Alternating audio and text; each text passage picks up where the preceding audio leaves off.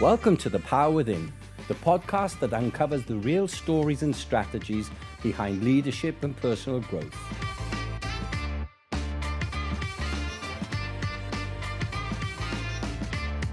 I'm Keith Power, and in each episode, I sit down with inspiring individuals who faced challenges, built resilience, and discovered what it takes to lead with impact.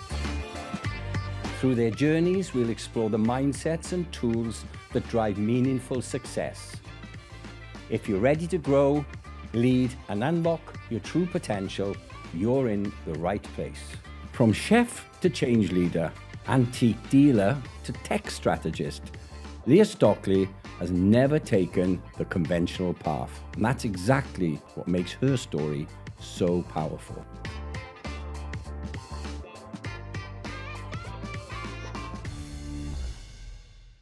Leah began her working life in a pub kitchen and antique shops before discovering a passion for technology, in a software testing role no less.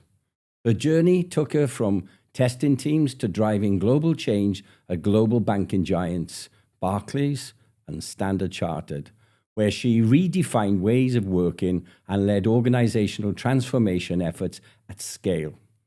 Along the way, she earned a master's in organizational psychology and developed deep insights into leadership, burnout, and sustainable performance. Based in Singapore for the past 1.5 decades, Leah is on a mission to help organizations reimagine success, not just by shareholder value, but by human impact. She's building an online leadership academy and has a forthcoming book, Momentum, Small Steps Lead to Big Impact, which offers practical wisdom for today's overwhelmed leaders. In this episode, we unpack her story, her scars, and her strategy for creating real change from the inside out. Morning, Leah. Welcome to The Power Within. Morning, Keith. Thank you for having me here. Chef to corporate change maker. Take us back to the beginning. What drew you into leadership, and how did your early roles shape your philosophy? Yeah, great question. It sounds like a big leap when you say chef to corporate change. It's only looking back that I realized the common thread throughout all those roles: chef, software testing, human-centered design, change. It was all people-centered. Chef is leader, basically, anyway. And as a leader as well, exactly. So very people-centered, all about providing a better experience for people. And that is a leadership role too. So I didn't intend or set out to be a leader, but actually at 14 years old, I was leading the kitchen. 14? At weekends. Child labour? Child labour. No, it was legitimate in the UK. We were allowed to do that.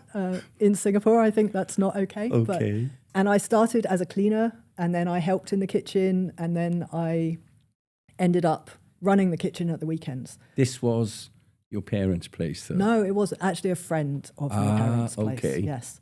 We weren't a wealthy family, and we needed that money, or that gave me the money to have a bit of choice and freedom, save up for my first stereo. So, I was incentivized to work. Oh, it's awesome having your own money as a teenager, yes, right? Absolutely. I started work at 7. My father was a milkman. At 7? Yeah. Wow, okay. But I remember crying from the cold sometimes, so it wasn't all brave stuff. So tell us then, you're a chef, a cleaner, and everything by the sound of it at 14. How did you move onward then, and how did you get so involved into IT, basically? How did I move on from there? I tried different jobs, and actually I feel like I've had a lifetime of lucky opportunities, I guess, being open to opportunities, seeing them and taking them. Yes. And someone I knew needed a PA and offered me that role. And I was a terrible PA. But what I was good at was, I think because I'd been serving coffee for so long, and they said, get me coffee. I'm like, surely my job has moved on from here. But I discovered technology. I'm going to show my age. It was as Windows 95 got launched in the office. I remember well. And everyone else was baffled by it. And it just was really easy for me to I can still hear the ding of it loading up, can't you? Yes. Oh, yes. Yeah, that came back to me. Yeah, so I discovered that I had this kind of natural affinity with technology. Move forward a year or so, and I saw an advert that said logical thinker wanted, no experience necessary. Wow. And it was for a local building society. Great advert, company. though. It was, wasn't it? Yeah. I went for all the interviews, passed with flying colours, and it was a software testing role.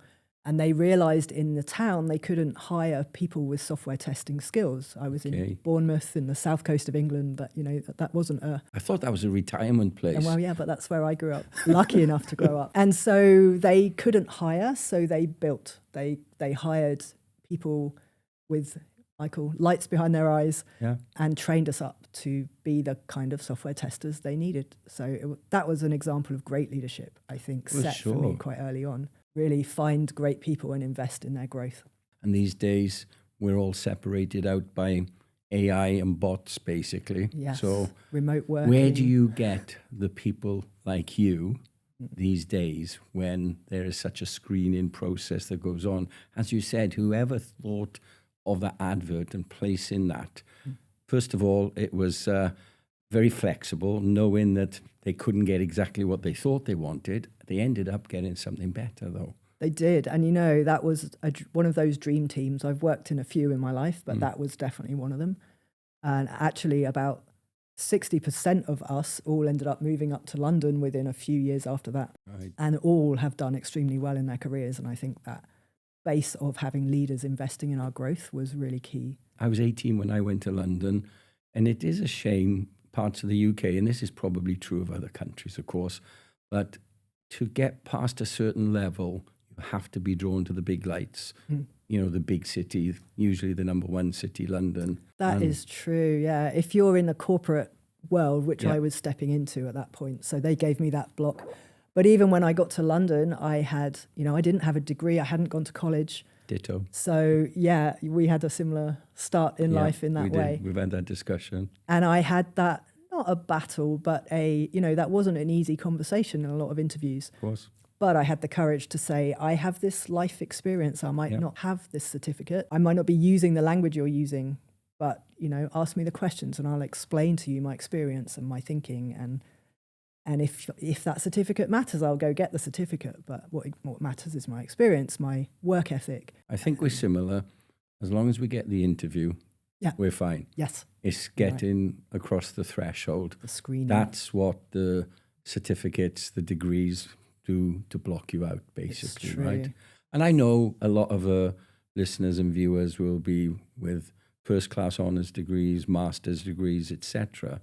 But in my experience, people who come from backgrounds like us where you have to claw and fight your way are usually pretty darn successful. You have to polish us a little bit. We know that, right? Yeah. Well, probably me. Yes, I can't speak for you. It's true. So, and where did that take you? So you're up to London by now, up in the Big Smoke, as we used to call it back in the day. I don't think they have any problems with the atmosphere and the environment there any longer. But the Big Smoke is what everyone said, oh, you're going up the smoke. How did you find that? Did you go to London as a young person alone then? I wasn't that young. I was late 20s when I moved up to London. So you were a grown-up? I was a grown-up, yes, by then. But to be fair, at 17, I moved to Greece and lived there. So I had this, itchy feet, I guess. I had the... What took you to Greece? Just summer. I needed money. I couldn't have the luxury of full-time education, so I needed to educate myself some way. I guess I did that in a worldview, and I went and lived on a Greek island for the summer for 6 months and worked over there. Wow. It was a great experience. This won't come out for a month or two. Today is Friday. On Sunday, I'm flying to Greece. Yeah, amazing. I'm going to Crete, doing some hiking and culture, and a couple of days in Athens just to break it up before coming back. Because Europe's a long way from here, as you know. Yes. Oh, amazing. So, wow, you've just thrown a curveball at me there. And then how is the progression? And I know we've talked about this before, and let's fast forward. There comes a point where everything is wonderful in a corporate career. Everything's going well. You're in a dream team, and you wonder, can life get any better? Yeah.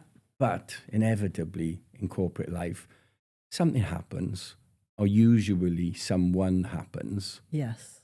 What was your someone or something that happened? Later in life, there's a less positive one, but there was a really positive change for me. So I was about 12 years into my career. By that time, I was here in Singapore. I was a senior test manager. So I felt, I'm doing well. I'm getting to the top of my game. People would come to me for advice. I felt like I was a bit of an expert.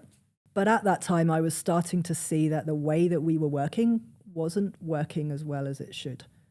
And that there seemed to be this shift away from software testing as a creative science, I would say, when I started doing it, towards it being so precise. We had to write everything down before we did it. And it didn't allow this opportunity for creativity and learning that you need, especially because this was at the time when mobile phones and browsers and the way customers interacted with software became so complex. We discovered a new way, I discovered and tried to bring in a new way of doing testing that gave us more freedom, but obviously had to meet the regulatory constraints. Yes. So that's the background. So you're in a finance environment. I was in a finance environment. Hence the regulatory. Yes. And so my boss at the time was very supportive, and he found a world expert in exploratory testing. That's what this was called. A gentleman named James Buck, and he brought him over from America to teach us, I thought, exploratory testing. Okay. What he actually taught me was the power of learning. And I thought I was done with learning. I left school at 16. I didn't connect the importance of learning. I didn't go on to university. Yep. So I'd forgotten how to learn, or I certainly wasn't doing it consciously. And he taught me the power of learn something new every day. And that became my mantra. It's about 12 years into my career. So suddenly, from thinking I was an expert, I went to, this guy's an expert, a true expert, a global leader, but he doesn't call himself that. He believes that he has to learn every day to build, and that there's always so much more to learn. And that just blew my world wide open, honestly. It's really good seeing someone who you respect and admire, know they're great, and yet they don't show that outwardly, that instead they have this drive to keep learning, to keep getting better. And that's why they're the best, right? Exactly. That's what struck me, I think. Yeah.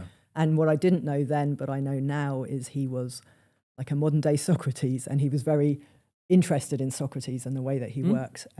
This kind of constant search for more and more knowledge. Greek connection again. Yes, I it's see. coming back. Yeah, it's telling me I need to go on holiday. Yeah, there's always a million reasons to go on holiday. The other irony about James Buck is he is the son of Richard Buck, and I don't know if you know him, but he wrote the book Jonathan Livingston's Seagull. Check out that book. It takes maybe half an hour to read. And my mum used to read it to me when I was a little girl. It's about a seagull who wants to fly higher, and all the other seagulls tell him he can't.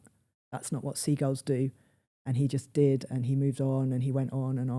And it's a really inspiring book. It's a lot better than the Icarus story then. Yes, who flew to the sun and burned. Yes, much more positive.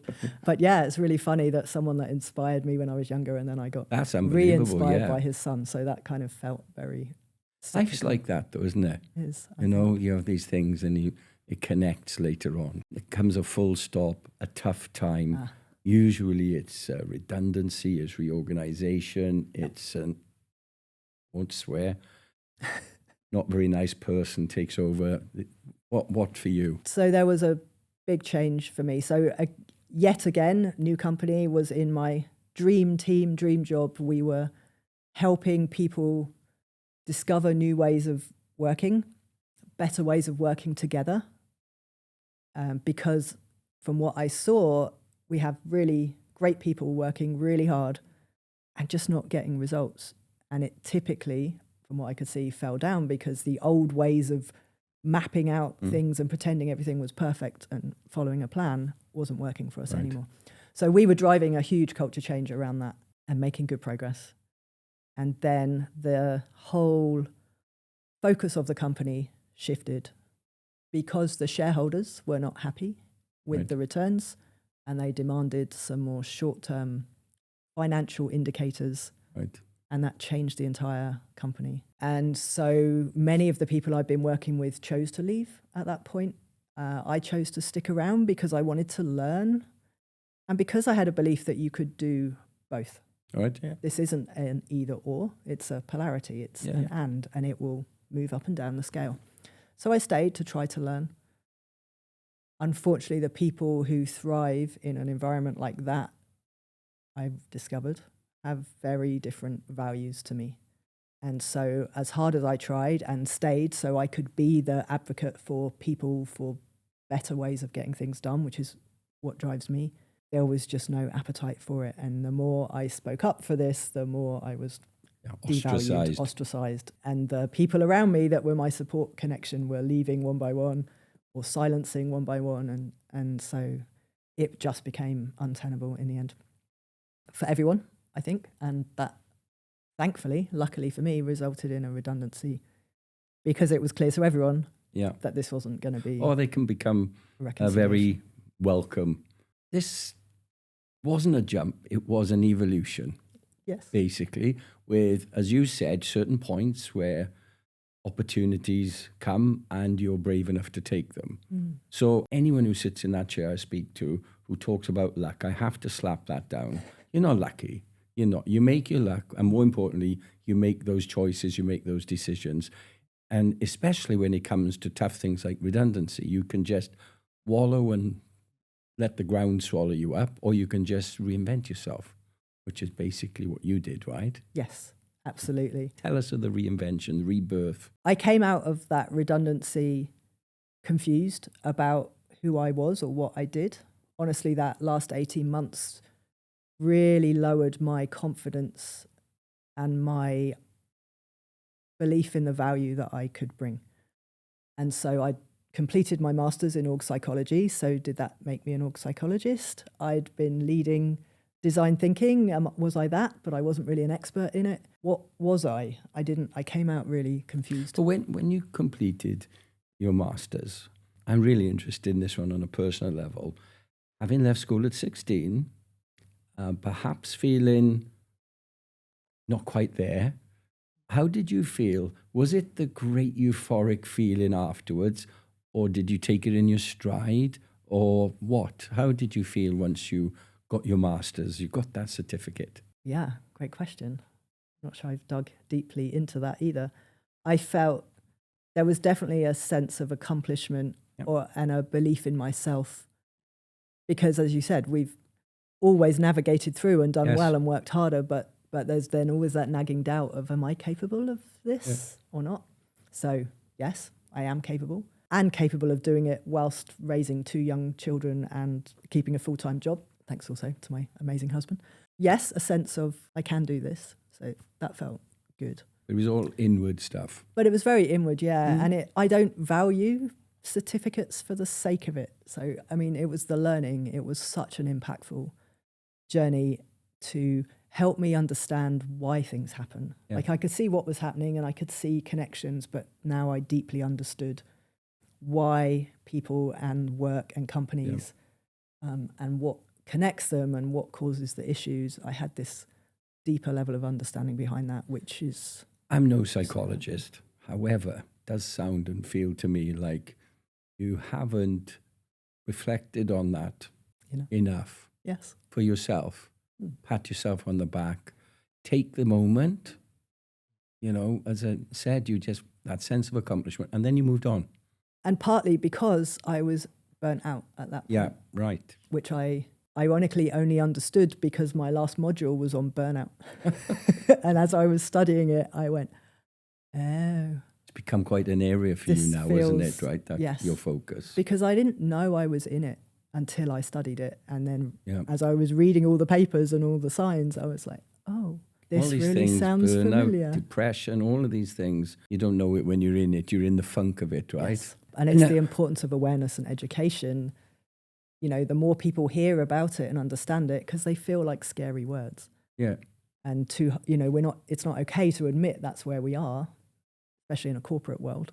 Did you feel the shackles fall off once you were out to the corporate world a bit then? Hugely. Right. So I was always a bit of a rebel, I suppose. Bournemouth girl. Yeah, never felt like I fully fitted in this corporate mold, right? But felt I belonged there because of that. Like I was there to shake it up a little bit. Yeah. I was okay to disrupt respectfully and in a human way. We have more parallels than I even thought, you and I. Rebels in the corporate world. That sounds like a book, doesn't it? Well, there's corporate rebels who do great work. Okay. Helping us see different ways of running companies. So you talked about helping transform global testing practices at some of the world's biggest banks. What did that experience teach you about leading change in complex systems and environments? You hit the nail on the head. It's systems. And when I first started, I thought it was about the process. I was learning agile and different ways of managing work. And I thought that bringing those to people would be the solution, teaching them a new way of doing things. And we tried that for a while. And that's when I realized the people aren't ready for this. Some people, yes, love it, but actually most people don't and are struggling to shift. Yeah. And so I flipped quite the other way and focused on culture, mindset, skills, and that became my job globally, helping the bank discover these skills and mindset in support of the process. But through that, I also realized neither work without the other. And it is the system that you need to look at. So that's when I discovered the systems thinking way of looking at an organization and you're changing it. It's the environment, it's the technology, it's the policies and rules, it's the people, the skills, it's the goals that you set. There are many levers that need to be pulled. So it sounds a lot more of a creative environment than one would think. Yes. It's not, although you say systems and systematic, but it's a bit like the best chef, back to being a chef, choosing the right ingredients at the right time, in the right way, in the right place, right? Absolutely. And I believe everything is contextual. Maybe is one of my favorite answers because you have to explore more. Even as a chef, the salt or the butter, these things might taste different today. And it's about getting that balance right. It's not just using the same recipe blindly every time because the ingredients are slightly different every time. It's a little bit like we joked earlier about you controlling your frizzy hair compared to the UK. I don't have such an issue, so it is contextual. It is. Always exactly. Right. It's very true. But I think it's our way of thinking about change, especially, in the 60s, I think, as a gentleman named Cotter, his change management plan was freeze, change, unfreeze. Yeah. And, thinking from a software perspective, when we release software once a year, that was okay. That's exactly what you used to do. Yeah. But now people release software every 10 minutes. Yeah. And customers' expectations are so different. And those models that once worked don't work anymore. No. And even with change, just because something worked somewhere doesn't mean it's going to work for a different person or a different team or a different company. It's always bring what you know and learn from that. But you have to understand the context that you're in. You need to listen to the system and listen to what's going on around you. And then you decide what the next best step is with a vision in mind, but small steps towards it. 2 times you've mentioned Dream Team. This is really the critical success factor with everything else, that it's the team and what everyone brings. You don't have one answer, and the leader doesn't say, this is the way, you follow it. That's also 1960s thinking. It is really drawing the best out of everybody, creating some tension. Tension's not a bad thing. Yes. When someone says, oh, everyone gets on so well here, I think, something wrong. Yes. There's got to be something wrong if everyone gets on all the time. You have to have a little bit of tension in a team, right? Yes, exactly. So I went on no fisticuffs, but no, exactly, not physical. I went on a real journey with my team a few years ago to intentionally create psychological safety and experiment. We were in a lovely position where we just got to experiment with these different ways of working so that we could then help scale it and teach other people.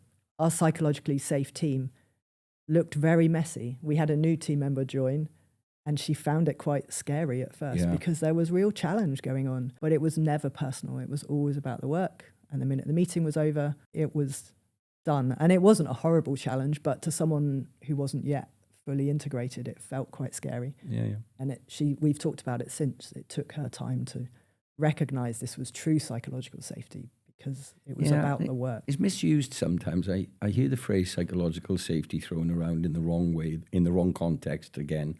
And it is about having an environment where you feel you can say what you think if you see something wrong. The boss has just said something, but you think there's a flaw in that. Having that environment where you feel safe psychologically to be able to voice that out without being slapped down. Yeah. And this is where you really gain from it. Because where I hear it, there's an accusation of it being woke thinking. It's the opposite of woke thinking. It's allowing you to express yourself, to say that and feel safe. Yes. Which, the opposite of woke, I think. Yeah, I agree. And not just whatever you feel like, but in service of the team goal and the work you're doing. It has a focus and a boundary. It's not just come in and say whatever you like, you know. In these different teams, try to think of the extremes. The dream team that's working well with psychological safety at its core, and the ones where there's not psychological safety and someone who thinks they know better. Yes. How did it feel to you being in that team, being in a team meeting in those two different kinds of environments? Yeah, day and night. And ironically, I was in the same team and experienced both, because we had a great leader and a great team that we'd built. Felt great leader for me. And that person left and a new leader came in that changed it overnight. So I literally sat in the same With the seat same team? With the same team, who gradually people from that team left and were replaced with new ones. But that brought it home to me, what a difference it makes, because I literally sat in the seat and watched it change. Yeah, going from being able to challenge, know that my leader valued learning from me as much as I valued learning from him. I have a great example that we'd worked on a product for months with my team, showed him the first version, and he said, take it down, bring it, it's not good enough. And I was horrified, you know, defending my team, feeling really bad. But very quickly he said, this is great. We would never have been able to see what to do without seeing this, but this isn't what we need. And then he pulled the whole team together and we sat in a room for 2-3 days. We swarmed on it as a group and fixed it and got it where we needed it to be, and then released it with pride. That's what taught me psychological safety. Wow. But that leader left and we moved into another team where everything was blame. If it's not perfect, it's your fault. If it's not perfect, it's your problem, not mine. Don't come to me with your problems. I only want you to make me look good, honestly, was the big shift. He had nothing to learn from us. It was such a different experience. And the cultural differences coming to Asia as well. I'm well known for saying, I don't know. You know, I'm well known for that. But I know the shock when I first said that in Poland, my team, and when I first said it in China, because in both those countries, the culture was that the leader knows everything. Even if they don't, they listen to the leader. Yeah. So I used to think I was a breath of fresh air, but I really challenged them in some ways. They said, who's this dumbass that they've sent? You know, he doesn't know anything.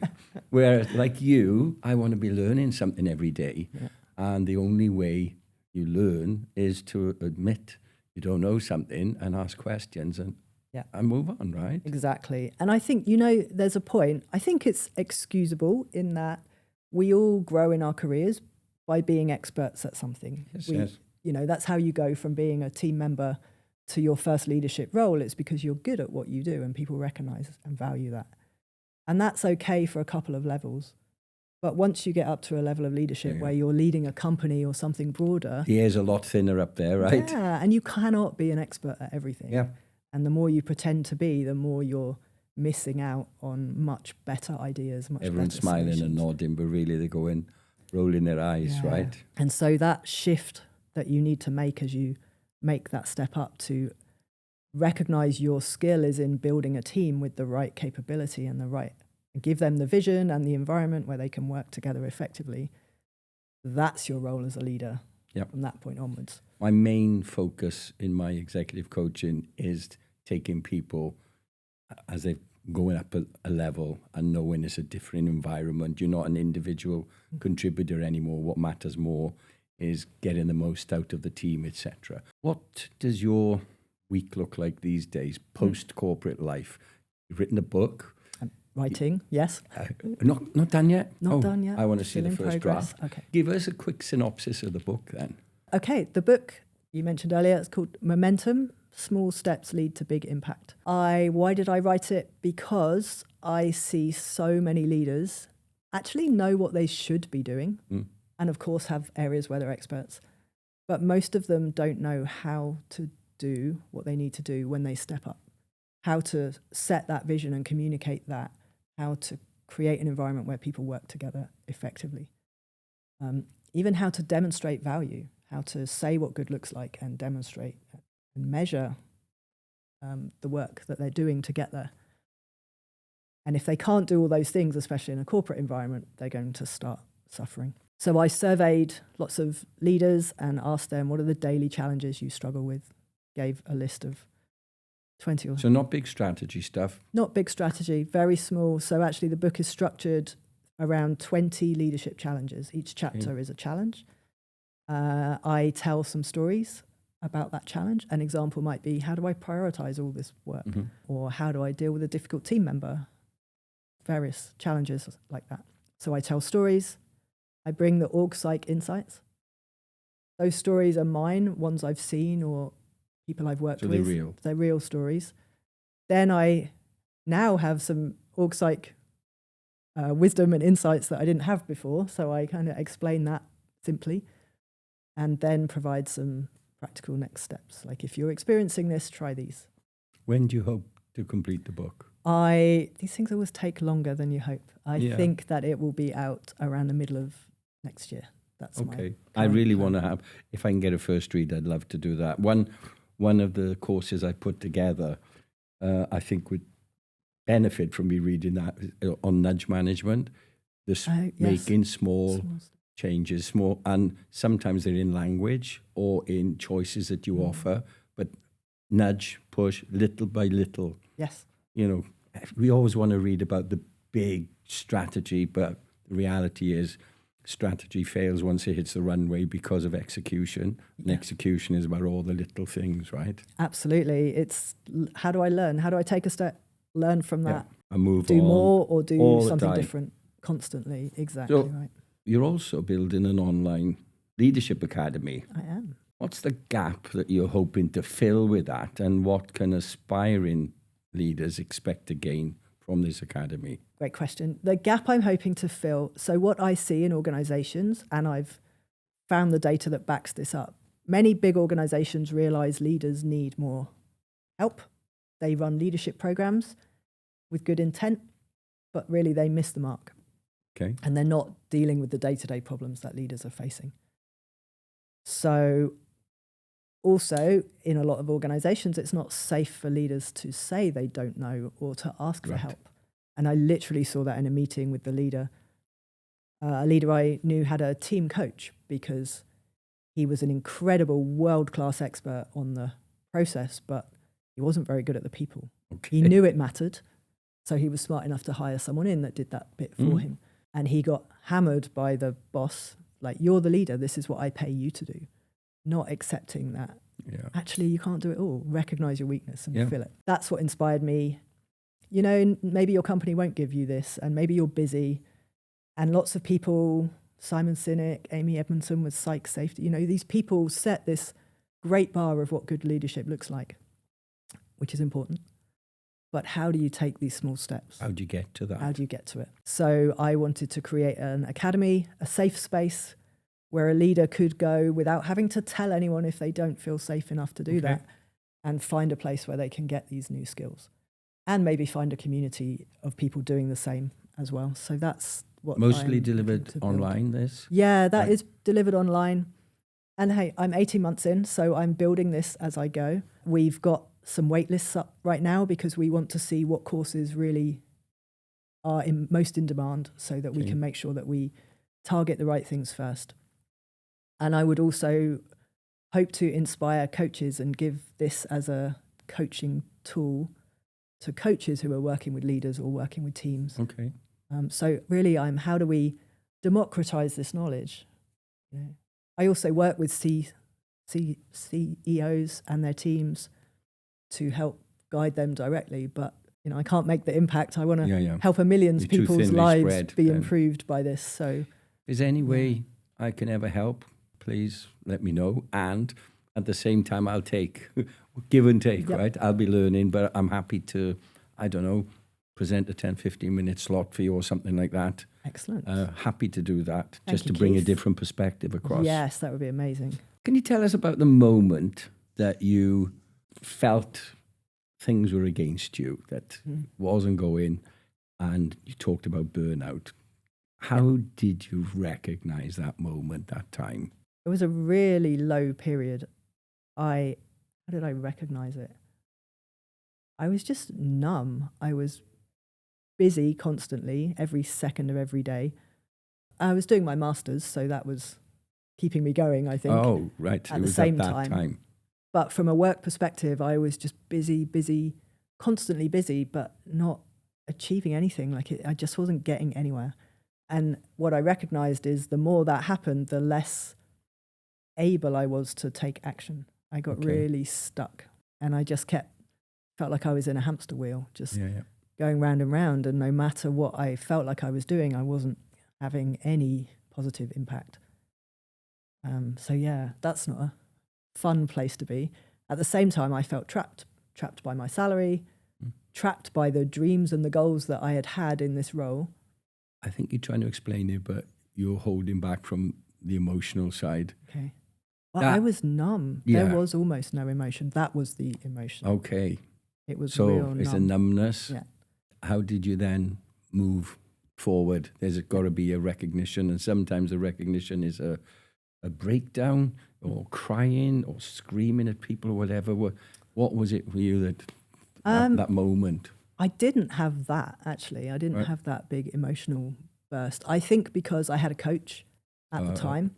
So I was working through this. I started with the coach 18 months before I left corporate, saying I wanted to figure out how to leave corporate. And You were ahead of the game. and that was through my company, actually. There was an opportunity to have a coach. So Brilliant. that was how I got connected with a coach, but then I carried it on myself. I asked her to help me figure out what my purpose was, because I just felt lost and I didn't know who I was or what I was here to do. And at that point, I wasn't getting it for my work anymore. I used to get it for my work. You're very high up in the organization in your career, Yeah. and still you felt that, though. Yeah, because I think it was there. And then when the purpose of the organization changed, Right. I was no longer... Lack of alignment. Yeah, Then. and it took me 18 months to realize that my values were just being trashed. Yeah. I only realized that once I'd left, that was really the cause of it. But that was the crisis moment of, why am I here? Okay, I'm still doing what I do each day to try to help people, but no one above me is valuing that right now.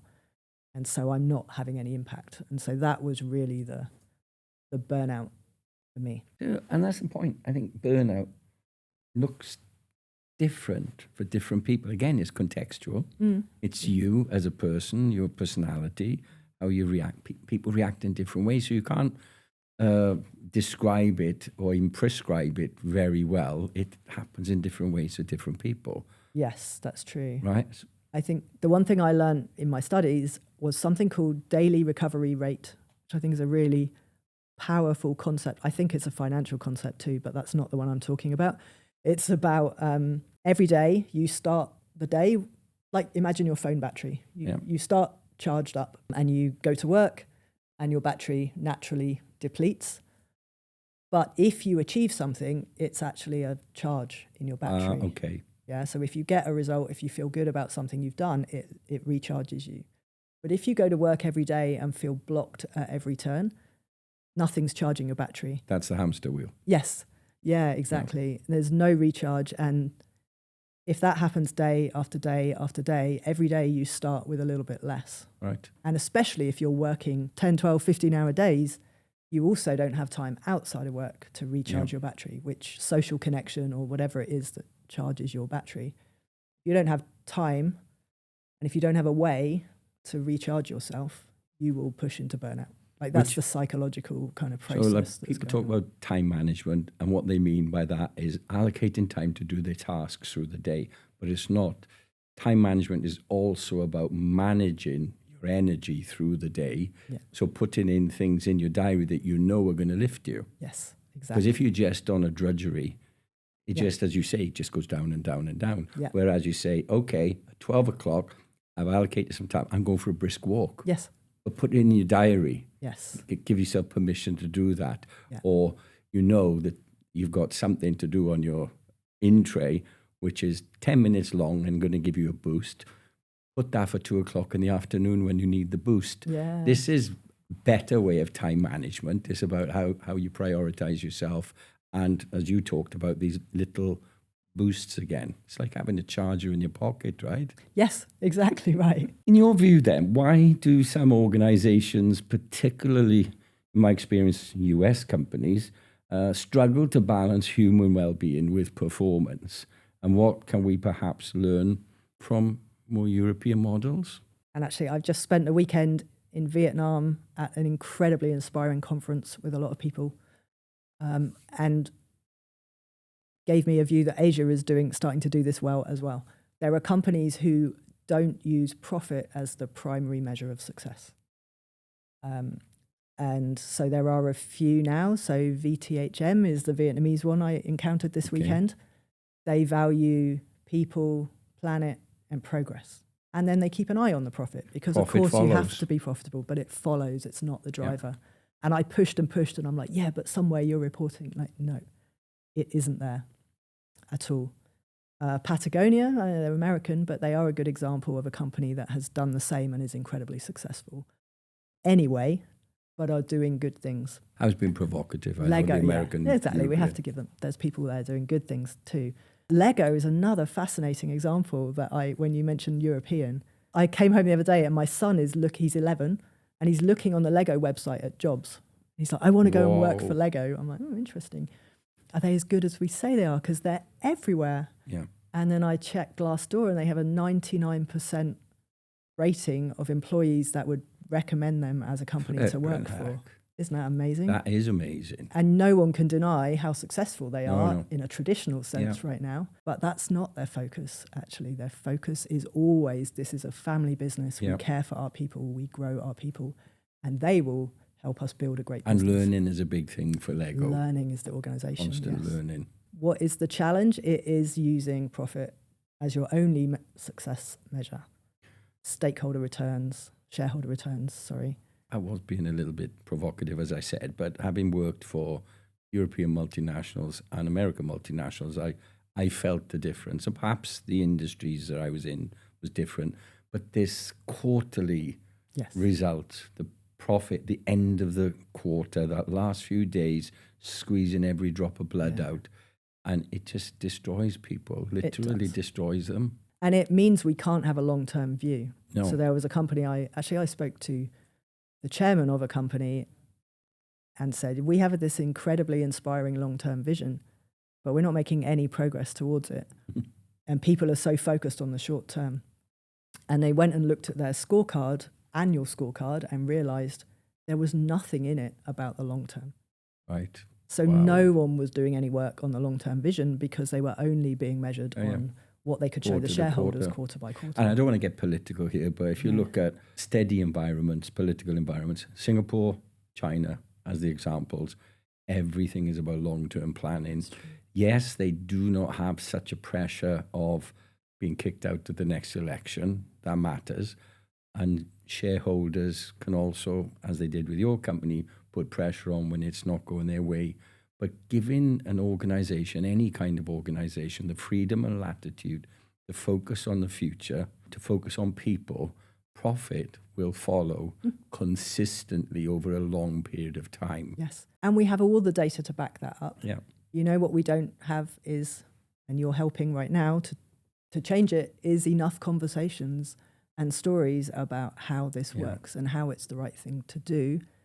And I have a big dream that I can't do it by myself, but I will be part of the movement that goes and changes the shareholder For sure.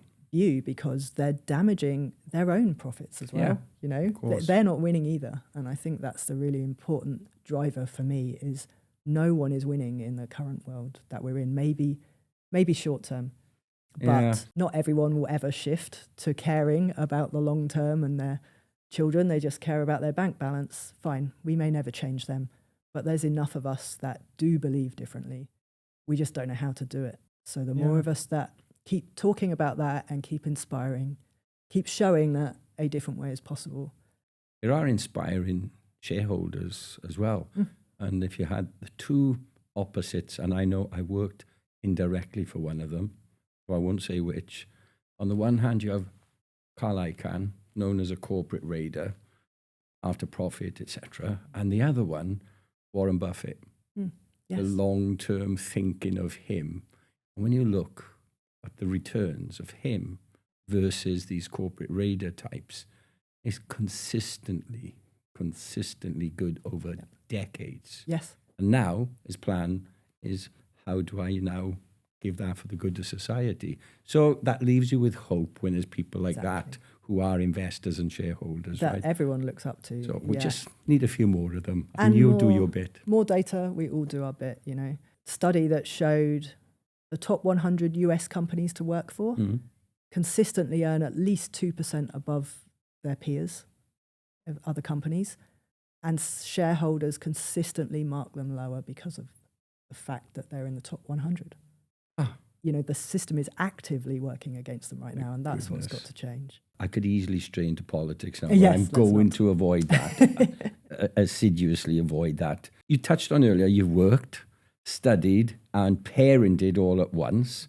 What have you learned about sustaining momentum without burning out? Yeah, that was such a key experience. And at the time, I heard the story of the glass balls. And this is what helped me get through. There is no one right answer or perfect moment. As we talked earlier, everything is contextual. Yeah. And the only way to see through that balance is to be making decisions day by day, hour by hour, if you have to. So you're juggling all these things, but which of those balls at any moment is glass? And don't drop that one. Right. So that could be your family in that moment. It could be your job in that moment.